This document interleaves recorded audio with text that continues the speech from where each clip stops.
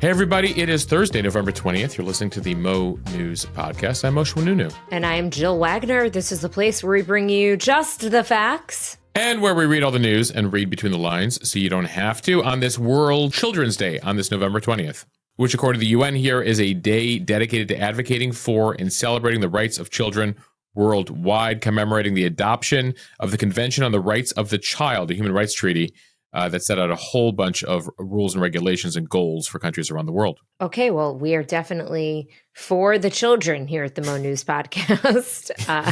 What did Whitney Houston once say? I believe the children are the future. There you go. Moshe, want to quickly mention our first ever happy hour in New York City was a huge success on Tuesday night. So thanks to everyone who came out. Yes, thanks to all of you who came out. Incidentally, we're mentioning it now because we recorded the podcast before that event on Tuesday, but had a great showing. Such a great showing, Jill. I think we'll do it again. And maybe in some other cities across the country. We're taking it on the road, Moshe. So I know a number of you have made your asks for towns across America, but we are looking forward to more formal, bigger premium meetups next year where we record a podcast, etc. So look out for that in the new year. Okay, to the headlines. The Justice Department's case against former FBI Director James Comey, not looking great.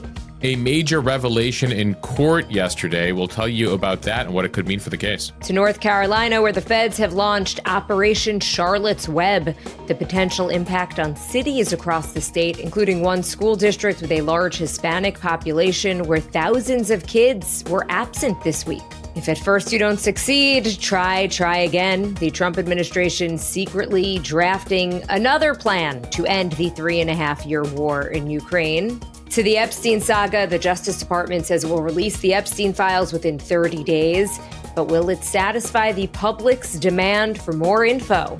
To Wall Street, Nvidia, the AI chip maker, out with earnings that were once again through the roof, calming some concerns that Wall Street is in an AI bubble. Speaking of tech, we're always talking about why smartphones are bad for you.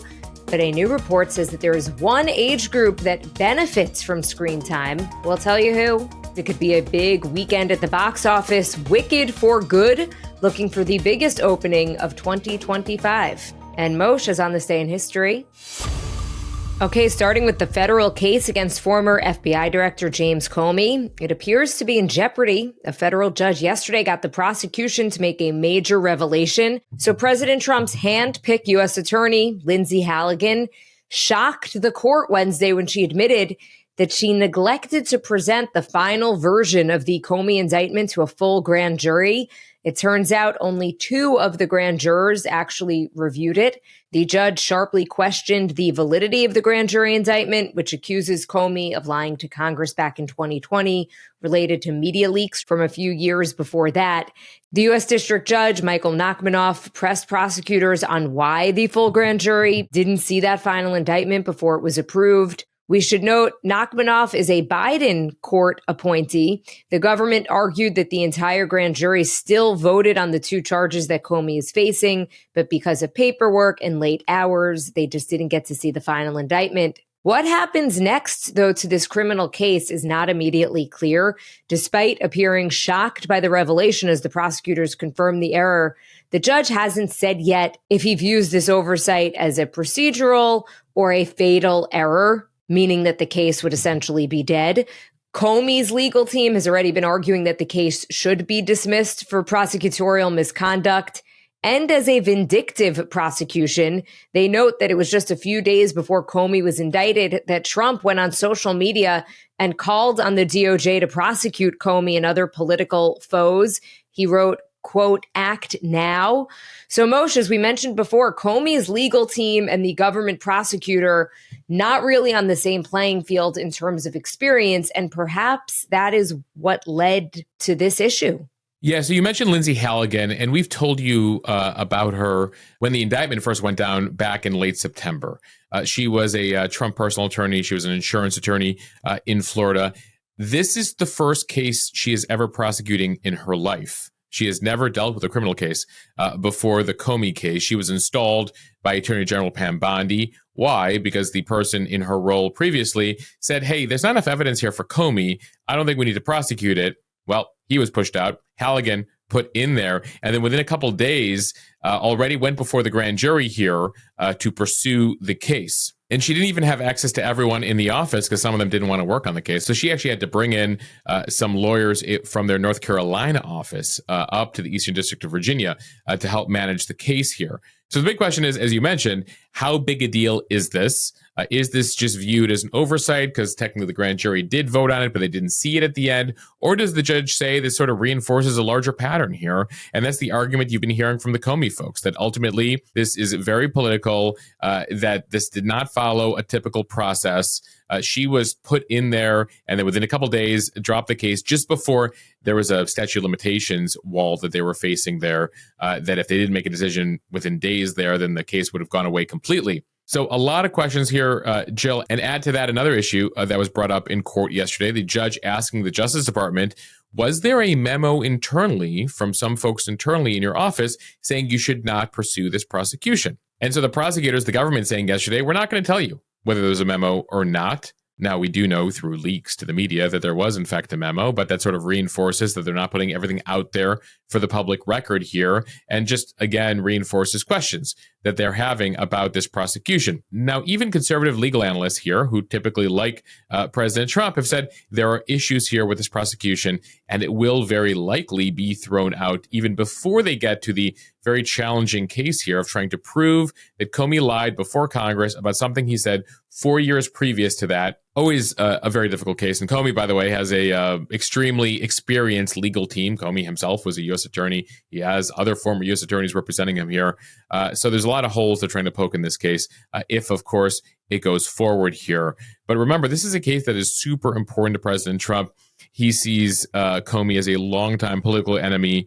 He very much wanted to just create a lot of issues for some of the people that he views as his political enemies, given what he went through legally over the course of his 4 years between his presidencies. So ultimately, we will see what the judge in this case has to say and what comes next here, but not a great start here for this prosecution.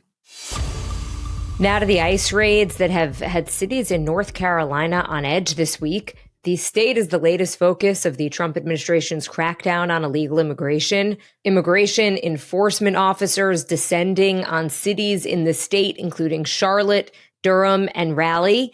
It is not a state that normally gets attention for issues related to immigration compared to Illinois, Oregon, and California. North Carolina is a red state that voted for President Trump in the last 3 presidential elections. Well, the Department of Homeland Security said that it launched what it is calling Operation Charlotte's Web to, quote, target the criminal illegal aliens who flocked to the Tar Heel state because they knew sanctuary politicians would protect them and allow them to roam free on American streets. By the way, as we mentioned the name there, Charlotte's Web, many of you, nearly all of us probably read that growing up in school. Kids still reading that growing up in school. Well, the granddaughter of the author of Charlotte's Web, Martha White, the granddaughter of E.B. White, actually criticized the use of Charlotte's Web here for the operation, saying that her grandfather believed in the rule of law and due process. He didn't believe in masked men in unmarked cars raiding people's homes and workplaces without IDs or summonses. Just an interesting historical note here as we're talking about this story. Now back to the Department of Homeland Security's rationale for Operation Charlotte's Web. Charlotte actually is not considered a sanctuary city. North Carolina has some of the strictest immigration provisions in the country. The Department of Homeland Security says that federal agents have arrested over 250 undocumented immigrants in North Carolina, and they say several had previous charges, everything from DUI to assault. Right. Though we should mention, and we noted this on Monday's podcast, that the numbers that we've seen in Chicago so far of an initial group of 600 arrests that we know details on, only 16 of those individuals, 16 out of 600, had actually committed crimes here in the U.S. as part of this court declaration. So we will await more details here out of North Carolina in terms of who's being arrested, the record here, as we've hit the number here, 250, and they continue to increase here. It's centered around Charlotte, as you mentioned, but in a number of cities around North Carolina. And it has been getting pushback from North Carolina residents. More than 100 people gathered outside of Home Depot yesterday in Charlotte, where federal agents have been spotted. Protesters holding up signs like ICE out of Home Depot, protect our communities. And there has been a chilling effect here in the Charlotte area, in the Raleigh area, on immigrant neighborhoods. School attendance is down. Small shops and restaurants have been closed to avoid confrontations. The governor of North Carolina, Josh Stein, says the operation is causing, quote, widespread fear in the state, that this is not about public safety. A number of individuals who have been detained turned out to be American citizens, with ICE agents saying, prove to us you're an American citizen. ICE agents, in some cases, driving around in unmarked cars, wearing paramilitary garb, masks covering their faces. Remember, ICE says that this is necessary to protect the identity of these ICE agents, to prevent them from being doxxed online. But ultimately, it's not something you see with most other law enforcement agencies in the U.S. historically. According to some of the most recent stats out of Charlotte, the school district there says that they have about 30,000 students overall. About 20% of the students were absent alone on Monday. Now, it's unclear how many of those are directly tied to immigration raids, but certainly it is leading to more attention there in Charlotte about the impact of all of this. We should mention that the school district is about 30% Hispanic. And so as we watch these raids continue here in North Carolina, it's unclear how long this operation will last. We have seen the operations earlier this year in LA, in Portland, in Chicago, the pivot now to North Carolina. And then authorities did say over the weekend that next up is New Orleans and Louisiana. Okay, time now for the speed read, starting with a new push by the U.S. to end Russia's 3.5-year war in Ukraine. From Axios and the Wall Street Journal, the White House is launching a new diplomatic blitz after months of stalled negotiations. Axios is reporting that the Trump administration has been quietly working with Russia on a new 28-point plan to end the war in Ukraine, inspired by Trump's 20-point Gaza deal.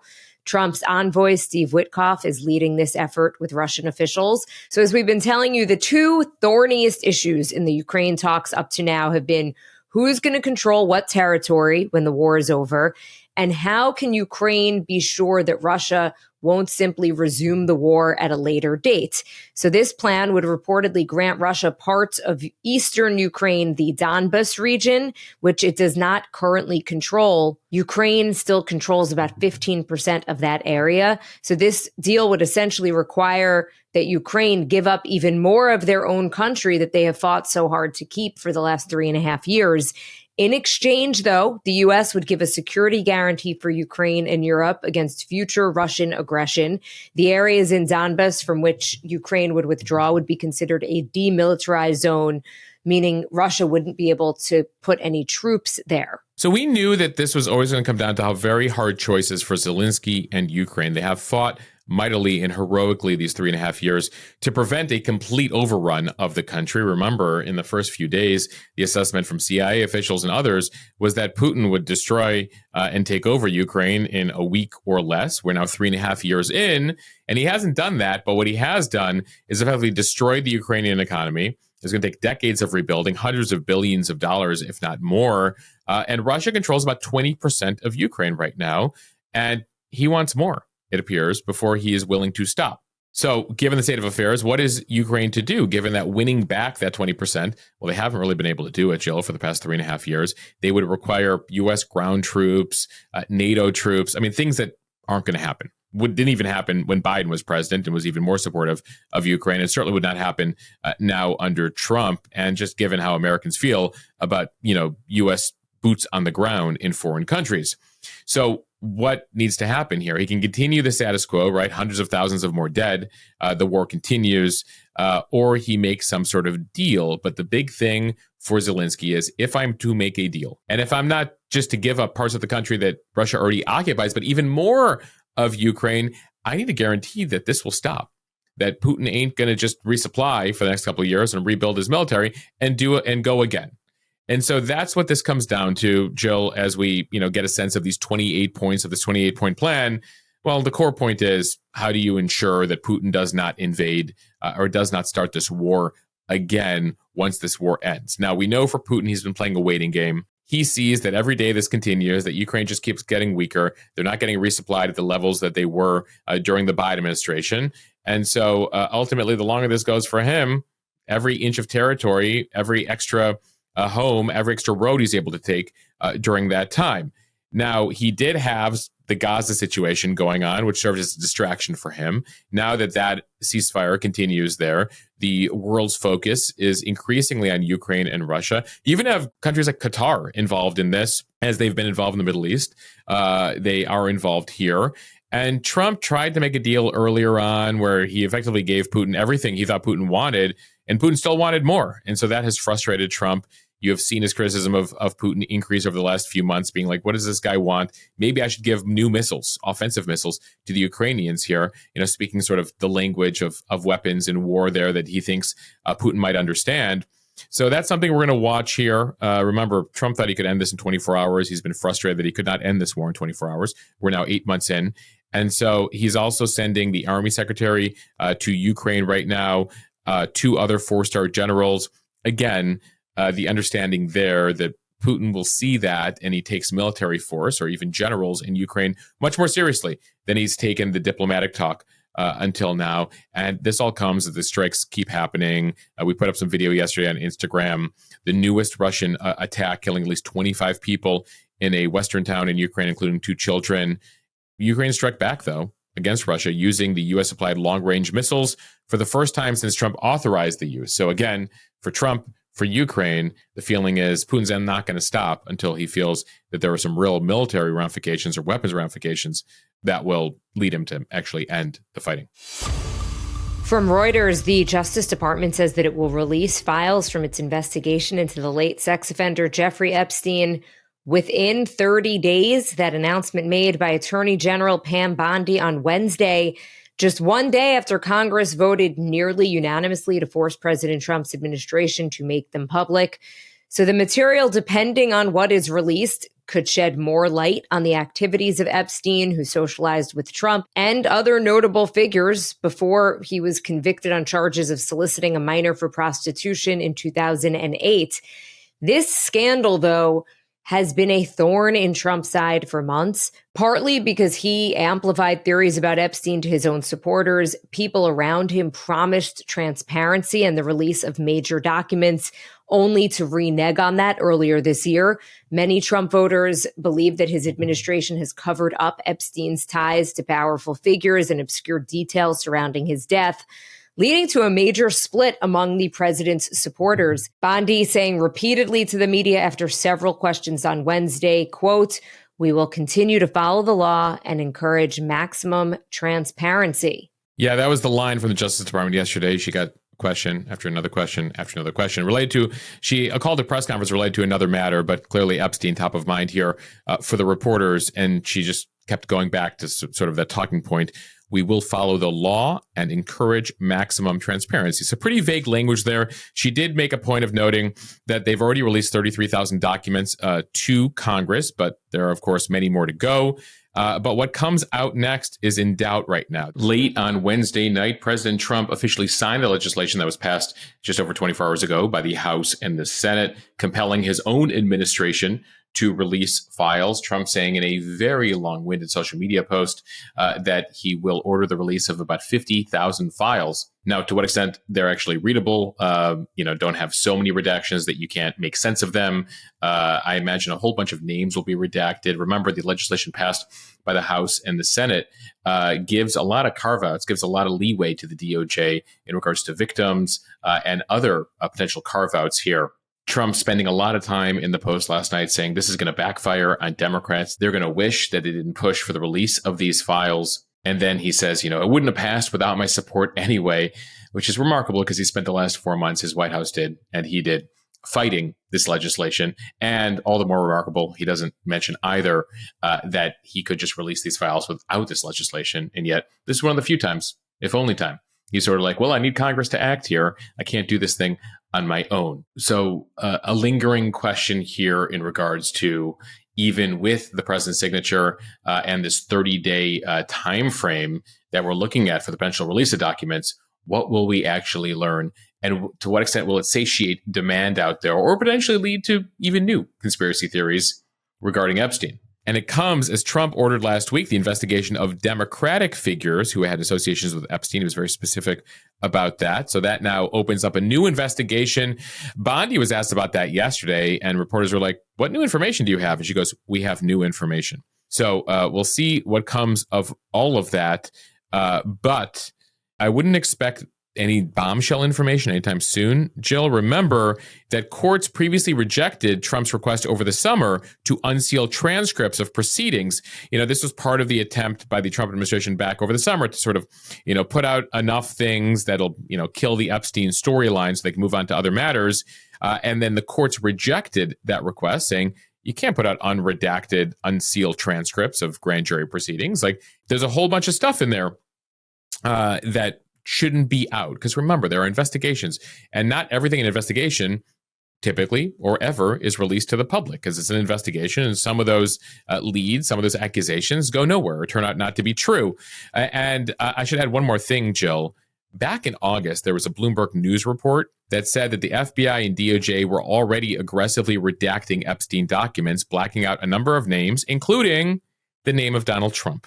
He happened to be a private citizen back in the mid-2000s when some of these allegations, accusations, discussions, emails were happening. I'm not implying there were direct accusations against Trump here, but just general accusations, right? General investigations around Epstein and things he was saying and people he was meeting. So I have a feeling here that even as things come out and Bondi says something, some stuff will come out here in the next 30 days, I don't know how much it's going to quiet folks or how much it'll just feed the discussion further. Okay, now to a quick business story that we're watching from the New York Times. Just 3 weeks ago, Nvidia became the first publicly traded company to be worth more than $5 trillion, thanks to the cutting-edge computer chips that it makes for artificial intelligence. On Wednesday, Nvidia provided a reminder of just how much the world wants those chips. The company said in its most recent quarter, its profit was about $32 billion. That is up 65% from a year ago and 245% from the year before that. Nvidia controls about 90% of the market for the chips that are used in AI projects, and its financial performance has become a bellwether for what could be expected of the rest of the tech industry, which is investing trillions of dollars in big data centers all over the world. So Nvidia here remains the world's most valuable company, Jill. It's been an amazing rise for Nvidia and the entire AI market, but that's been one of the major concerns on Wall Street. If you're an investor or you've been following investment or you turn on CNBC any day of the week, the concern has been an AI bubble. And you've seen that in recent weeks. And the question here is, do these eye-popping profits by Nvidia, are they going to do enough to calm nerves on Wall Street? And Nvidia itself has been worrying investors because it's actually making investments in some of the customers that buy its chips. And the deals have effectively raised questions as to whether Nvidia is paying itself. Goldman Sachs estimates that Nvidia is going to make about 15% of its sales next year from what critics call circular deals. So, for example, Nvidia announced it was investing $100 billion in OpenAI, which operates ChatGPT. So effectively, they're making an investment in a company that needs NVIDIA's chips, right? And they did another deal this week with Anthropic, a $10 billion deal, which says it will now purchase $30 billion in AI computing backed by NVIDIA chips. So they're putting money into companies that are then buying stuff from NVIDIA, again, leading to questions about the overall AI market. It's gone gangbusters over the course of the past couple of years, but will there be a course correction here? You are seeing sort of warning signs, flashing lights on Wall Street that things are very much overvalued. Some similar numbers to what we saw with especially the 2000 internet bubble. There's a lot of connections or parallels with this AI bubble here. But again, these NVIDIA, big numbers here may postpone the conversation for a little bit. Speaking of tech, from the Washington Post, Moshe, we always talk about how spending time on smartphones can be bad for your mental health. Don't I know it, Jill? Why, Moshe? You spend time on your smartphone? Jill, for every dollar I get from premium, half of it goes to my future whatever pills I need to take for carpal tunnel syndrome. And maybe glasses. Yes. Some new research suggests that older adults who spend time engaging with technology might get a cognitive benefit. The author of a new report found that older adults who are engaging with technologies overall seem to be having less diagnoses of dementia, mild cognitive impairment, and they have better scores on cognitive measures. This paper looked at 57 studies. It was published in Nature Human Behavior. Across the studies, more use of everyday digital technologies like computers, smartphones, and the internet cut the risk of cognitive impairment by half in people who are older than 50. Yeah, and this goes both ways. People who have healthy cognition may use technology more. At the same time, using more technology may lead to better cognition. So sort of cyclical. But one thing they note here is that technology can be expensive. And that's also a marker of socioeconomic status, education, or wealth, which themselves help lead to reduced dementia risk. If you happen to have more education, more money, you tend to be less likely to suffer from dementia. So there are other factors they're looking at here when it comes to the results of this study and sort of the takeaways of this study. But even so, they do say they see a positive association here between technology use and cognition, even when you correct for some other factors. Now, one thing they say is that all technology is not equal. There's a study from 2022 that included 145,000 people older than the age of 60. They did find in that study that people who spent more time using a computer had a 15% decreased risk of dementia. But those who spent time watching TV, a different form of technology, and more passive, had a 24% increase risk of dementia. So TV bad, computer good, but I guess then, Jill, it depends on what you're doing on the computer. If you're just, sitting back and watching videos, well, that's sort of like TV. If you're actually engaged in various things, I don't know, playing online chess or something, then it's probably different. And so like anything, it's like the studies that we see about screen time in kids. It depends on how much, what way, what form of technology.